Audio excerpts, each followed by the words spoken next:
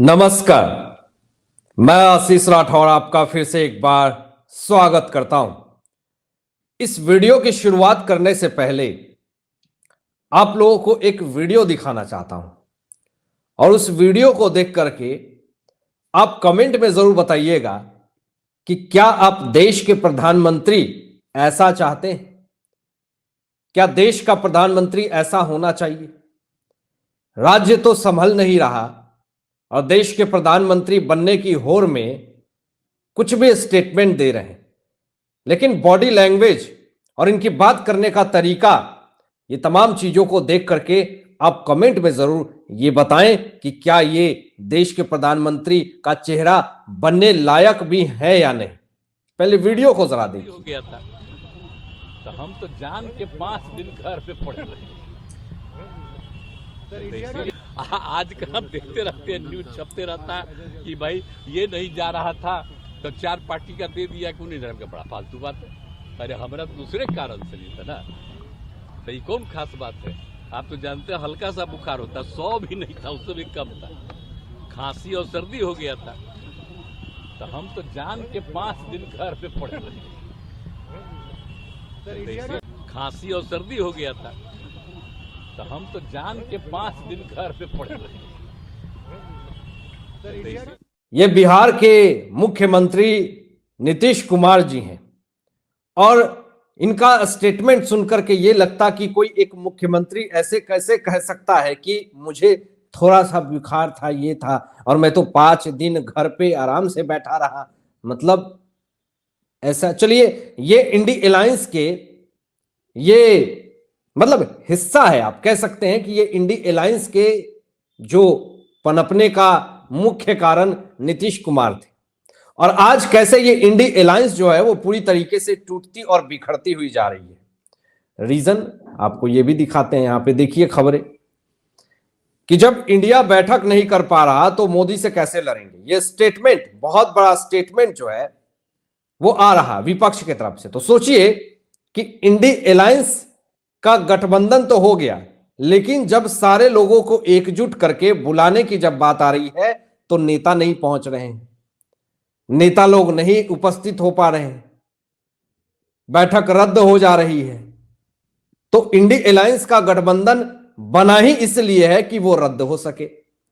तो ये तो सबसे बड़ा कारण हो गया, और नीतीश कुमार जी ऐसे ऐसे अटपटे स्टेटमेंट दे रहे हैं और उनकी ऐसी ऐसी हरकत है जिस कारण से जनता तो इन पे भरोसा नहीं कर पा रही है। बिहार की जनता पूरी तरीके से नजरअंदाज कर रही है इनको और कह रही है कि आने वाला जो विधानसभा चुनाव होगा, लोकसभा चुनाव होगा, उसमें नीतीश कुमार को पूरी तरीके से सबक सिखाएंगे। अब देखिए, कांग्रेस के ही विधायक ने जो बातें कही है, मुंह काला कर लिया है पूरी तरीके से कांग्रेस के विधायक ने। लेकिन ऐसा क्या कहा, ऐसी कौन सी बात कह दी जिससे कि कांग्रेस के विधायक का मुंह काला होता हुआ दिख रहा है।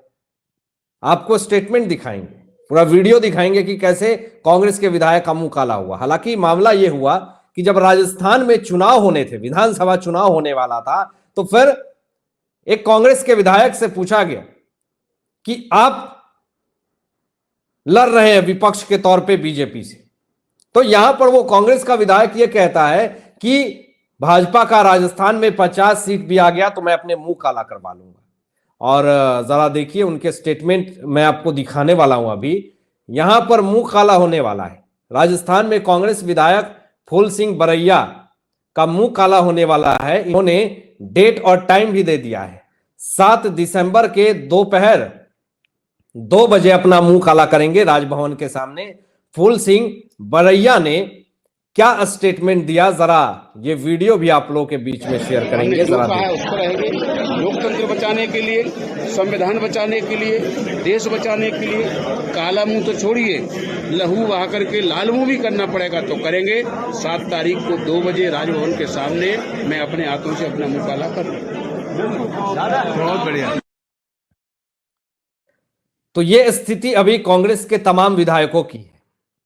इन्होंने तो यहां तक कह दिया था कि मैं नहीं भागूंगा, मैं मीडिया को ढूंढ करके मैं मुंह काला करूंगा। भाई साहब फंस गए, क्योंकि बहुत बुरी तरीके से राजस्थान में कांग्रेस की हार हुई, लोगों ने इनको ढूंढना शुरू कर दिया कि अरे फूल सिंह बरैया कहाँ है, कांग्रेस विधायक कहाँ है, मुंह छुपाते हुए चल रहे थे, लोगों ने धर दबोचा। अब उसके बाद इनको राजभवन के सामने मुंह काला करना पड़ेगा। तो देखिए अभी स्थिति पूरी तरीके से खराब है और ऐसी स्थिति में जरा देखिए राजस्थान में एक जो घटना हो गई इसको लेकर के भी मैं आप लोगों से बता रहा हूं कि इसमें कांग्रेस का कैसे हाथ है।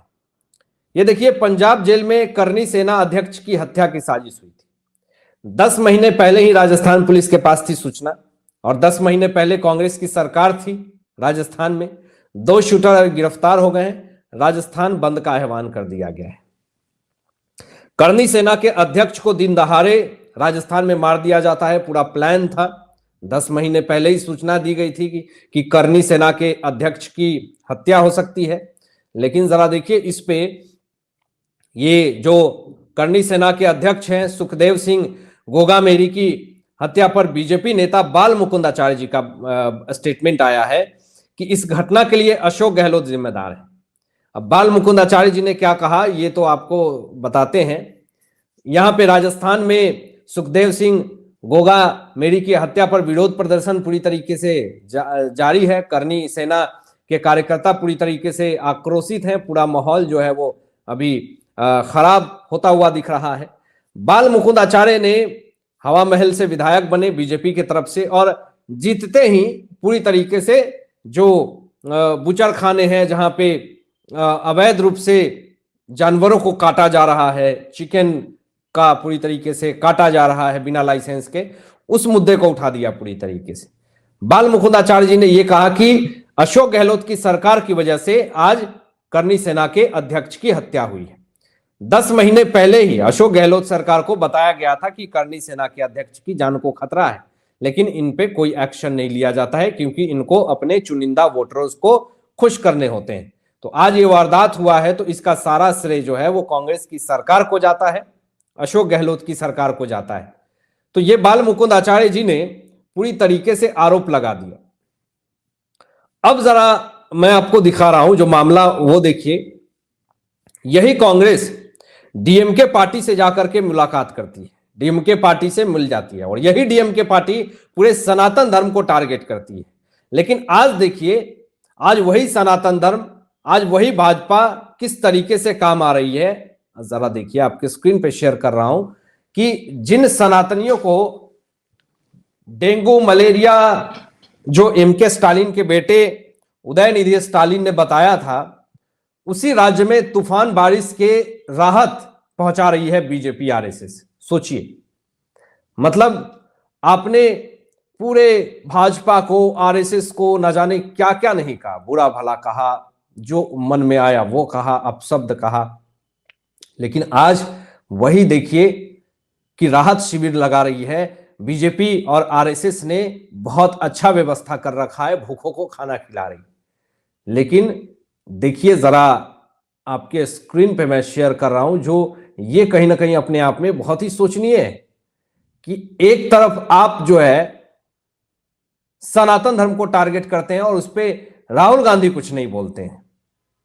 और आपको यह भी पता होना चाहिए कि अभी जो एक मामला आया है, यहां पे आपको मैं दिखा रहा हूं कि रेवंत रेड्डी जो है तेलंगाना के मुख्यमंत्री बने और इस नोटिस को देखिएगा, इस खबर को देखिएगा, इसमें लिखा है कि राहुल गांधी प्रियंका गांधी से मिलने पहुंचे रेवंत रेड्डी। अब ये रेवंत रेड्डी मिलने पहुंचे राहुल गांधी प्रियंका गांधी से, प्रियंका गांधी राहुल गांधी नहीं पहुंची हैं रेवंत रेड्डी से मुलाकात करने। यानी इससे आप समझ सकते हैं कि इनको इनकी हार का कितना करारा झटका मिला है, कितना ज्यादा तकलीफ हुआ है, इस खबर से ही पता चल जाता है। लेकिन रेवंत रेड्डी का स्टेटमेंट आप सुनिए, फिर आप कहेंगे कि इनके मन में कितना ज्यादा आक्रोश है। जरा सुनिए। तेलंगाना डीएनए, मेरा डीएनए तेलंगाना, केसीआर का DNA Bihar, he belongs to Bihar. Bihar? Yes, Kurmis, the caste, KCR caste belongs to Kurmis. They have migrated to Vijayanagaram, Vijayanagaram to Telangana. So the Velma caste is from the outside, is what you're saying? Kurmis. Kurmis. In Bihar and Uttar Pradesh, they are Kurmis.